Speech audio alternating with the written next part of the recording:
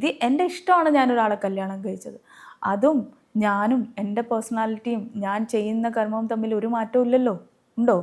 ഞാൻ ഇന്നും ലക്ഷദ്വീപ് ജനങ്ങൾക്കൊപ്പമാണ്. ഇന്നും അനീതി കണ്ട പ്രതികരിക്കുന്ന ഒരുത്തിയാണ്. ഇന്നും ഈ പറയുന്ന സംഘികൾക്കെതിരെ ശക്തമായ ഭാഷ പ്രയോഗിക്കുന്നു. അതെന്താണെന്നറിയോ? ശരിക്കും ഈ സംഘികളില്ലേ, സംഘികളോട് സംസാരിക്കുന്നതിലും ഭേദം വാഴ നടന്നത് തന്നെയാണ്. അതാണ് ഞാൻ സൂചിപ്പിച്ചത്. ഇവരോടൊക്കെ സംസാരിക്കുന്നതിലും ഭേദം നമുക്കൊരു വാഴ നടുക. അതിനൊരു ഗുണമുണ്ട്. അല്ലെങ്കിൽ പഴയ പിന്തുണ ഇഷയ്ക്കില്ല എന്ന് തോന്നുന്നുണ്ടോ? ഒരിക്കലുമില്ല, എനിക്കൊരിക്കലും തോന്നിയിട്ടില്ല. അത് അവർ വരുത്തുന്നതാണ്. ആര്? ഈ സംഘി ചാനലുകൾ വരുത്തുന്ന ഒരു തരം മാനസിക ഇതാണ്. ഇപ്പം ഞാൻ പറയാം, ഒരാളെ ഇപ്പം നോക്കിയിട്ട് അയാൾക്ക് ഭ്രാന്താണ് എന്ന് പറഞ്ഞു കഴിഞ്ഞാൽ ഒരു 4-5 യൂട്യൂബ് ചാനൽക്കാർ അവർക്ക് ഭ്രാന്താണെന്ന് പറഞ്ഞു കഴിഞ്ഞാൽ ഇനി അത് കാണുമ്പോൾ ഞാൻ ചിലപ്പോൾ ചെയ്യുന്ന എന്തെങ്കിലും ഒരു പ്രത്യേകം അവർ നമുക്കൊരു ഭ്രാന്തായിട്ട് തോന്നുമല്ലോ, ഇല്ലേ? ഈ തോന്നൽ ഉണ്ടാക്കിക്കുകയാണ് ഇവരുടെ മെയിൻ ഉദ്ദേശം. ഇവരുടെ അജണ്ടയാണത്. ഈ സംഘികളുടെ അജണ്ട എത്രത്തോളം ഭീകരമാണെന്നുള്ളത് എന്നെ രാജ്യദ്രോഹിയാക്കിയപ്പോൾ മനസ്സിലായില്ലേ? എന്നെ പാകിസ്ഥാനി ആക്കാൻ വേണ്ടിയിട്ട് ഇവരൊരു ടീമിനെ വരെ ഇറക്കിയില്ലേ? എനിക്ക് IS ബന്ധം ഉണ്ടെന്ന് വരുത്താൻ വേണ്ടിയിട്ട് പുറത്തുനിന്നൊക്കെ കോള് വരുന്നു എന്ന് പറഞ്ഞ ഒരു ഫാമിലിനെ വരെ ഇവർ കൊണ്ടുവന്നില്ലേ രംഗത്ത്? അതൊക്കെ ഇക്കാക്ക് ഓർമ്മയുണ്ടോ? അപ്പം ഇത്തരം കാര്യങ്ങളാണ് ഇവർ സൃഷ്ടിക്കുന്നത്. ആ കൊട്ടാരക്കരയിൽ നിന്ന് ഒരു ഫാമിലിനെ വരെ ഇവർ കൊണ്ടുവന്നു. കാരണം എന്താ?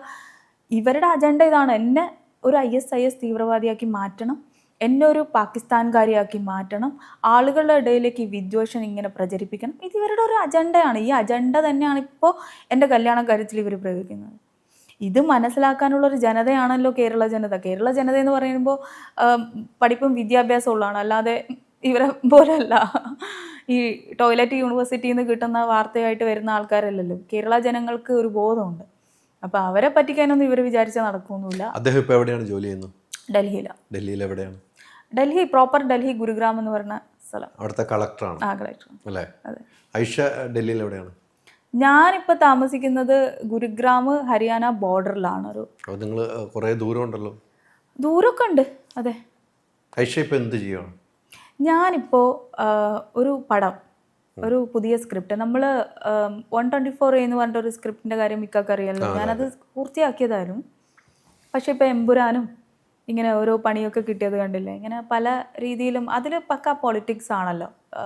124A എന്ന് പറഞ്ഞ അതെന്ന് പറയുമ്പോൾ എൻ്റെ രാജ്യദ്രോഹ കുറ്റത്തിൻ്റെയാണ്. അപ്പോൾ അതിൽ നമ്മൾ പക്ക പൊളിറ്റിക്സ് ആണ്. അപ്പോൾ ആ പടമൊക്കെ ചെയ്യുമ്പോൾ എന്തായാലും BJP ഗവൺമെൻറ് ഉള്ളപ്പോൾ ചെയ്യാൻ പറ്റില്ല. അപ്പോൾ അതിനിപ്പോൾ BJP ഗവൺമെൻറ് മാറി കോൺഗ്രസ് വരുമ്പോൾ ചെയ്യാൻ പറ്റുന്ന രീതിയിലേക്ക് ആക്കി മാറ്റി വെച്ചിട്ട് കോൺഗ്രസ് വരണം.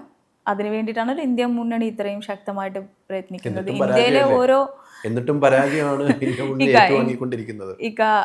ഒരു പരാജയം എന്നും ഉണ്ടാവും. പക്ഷെ ഇപ്പോൾ പരാജയപ്പെടാത്ത ആരാണുള്ളത്? പരാജയം കൊണ്ടാണ് ഒരു ജയം ഉണ്ടാവുക.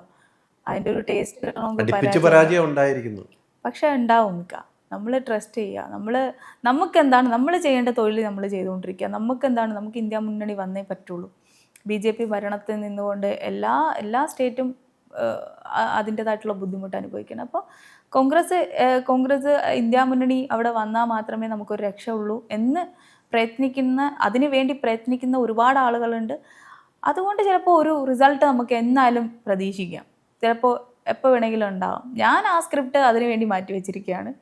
അത് കഴിഞ്ഞിട്ട് പിന്നെ ഞാൻ ഒരു റിയൽ ഇൻസിഡൻറ്റ് ബേസ് ചെയ്തിട്ട് ഒരു സ്ക്രിപ്റ്റ് ഇപ്പോൾ റെഡിയാക്കി. ആ സ്ക്രിപ്റ്റിൻ്റെ ആവശ്യത്തിനാണ് ഞാൻ ശരിക്കും ഡൽഹിയിൽ പോയത്. സിനിമയിലേക്ക് ഉടൻ തന്നെ ഉണ്ട്. അതേ ഉള്ളൂ. സിനിമയാണ് വേറെ തൊഴിൽ എനിക്കറിയില്ലല്ലോ. സിനിമയാണ്. അതെ. ഈ വിവാഹം കഴിഞ്ഞിട്ട് ഇപ്പം രജിസ്റ്റർ മാരേജാണ് കഴിഞ്ഞിരിക്കുന്നത്. നേരത്തെ പറഞ്ഞാൽ എല്ലാവരും വിളിച്ചൊരു ഫംഗ്ഷൻ നടത്തണമെന്ന് ആഗ്രഹമുണ്ട്. എന്തായാലും നടത്തേണ്ടതായി വരും എന്നുള്ള കാര്യത്തിൽ. അത് കഴിഞ്ഞിട്ട് നിങ്ങൾക്കൊരു യാത്രയൊക്കെ പോകണ്ടേ? ഉദ്ദേശിച്ച ഹണിമൂണാണ്.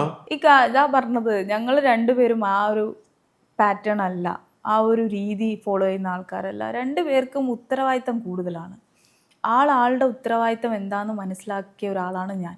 എൻ്റെ ഉത്തരവാദിത്തം എന്താണെന്നുള്ളത് മനസ്സിലാക്കുന്ന ഒരു വ്യക്തിയാണ് ആൾ. അപ്പോൾ അതുകൊണ്ട് തന്നെ രണ്ടു പേർക്കും സമയത്തിന് വാല്യൂ ഉണ്ട്. രണ്ടുപേരുടെ സമയവും വളരെ വാല്യബിൾ ആണെന്നുള്ളത് തിരിച്ചറിയുന്ന രണ്ടുപേരാണ്. ഞങ്ങൾക്ക് ലൈഫ് എൻജോയ് ചെയ്യണമെങ്കിൽ നമ്മൾ എന്തിന് ഇത്രയും ദൂരെ യാത്ര ചെയ്യേണ്ട കാര്യമൊന്നുമില്ല, എവിടെയും പോയി ടൈം സ്പെൻഡ് ചെയ്യേണ്ട കാര്യമൊന്നുമില്ല. നമുക്ക് കിട്ടുന്ന ഈ ഒരു ചെറിയ മൂമെൻറ്റിൽ നമ്മൾ ഹാപ്പി ആണെങ്കിൽ പിന്നെ ആ മൂമെൻറ്റ് എൻജോയ് ചെയ്താൽ പോരെ. Ultra modern kitchen devices. ഒരു കിച്ചണിൽ വേണ്ട എല്ലാ ലേറ്റസ്റ്റ് ബ്രാൻഡുകളും ഇവിടെയുണ്ട്. ലോകോത്തര ബ്രാൻഡുകൾ, original products, wide range. MyG future.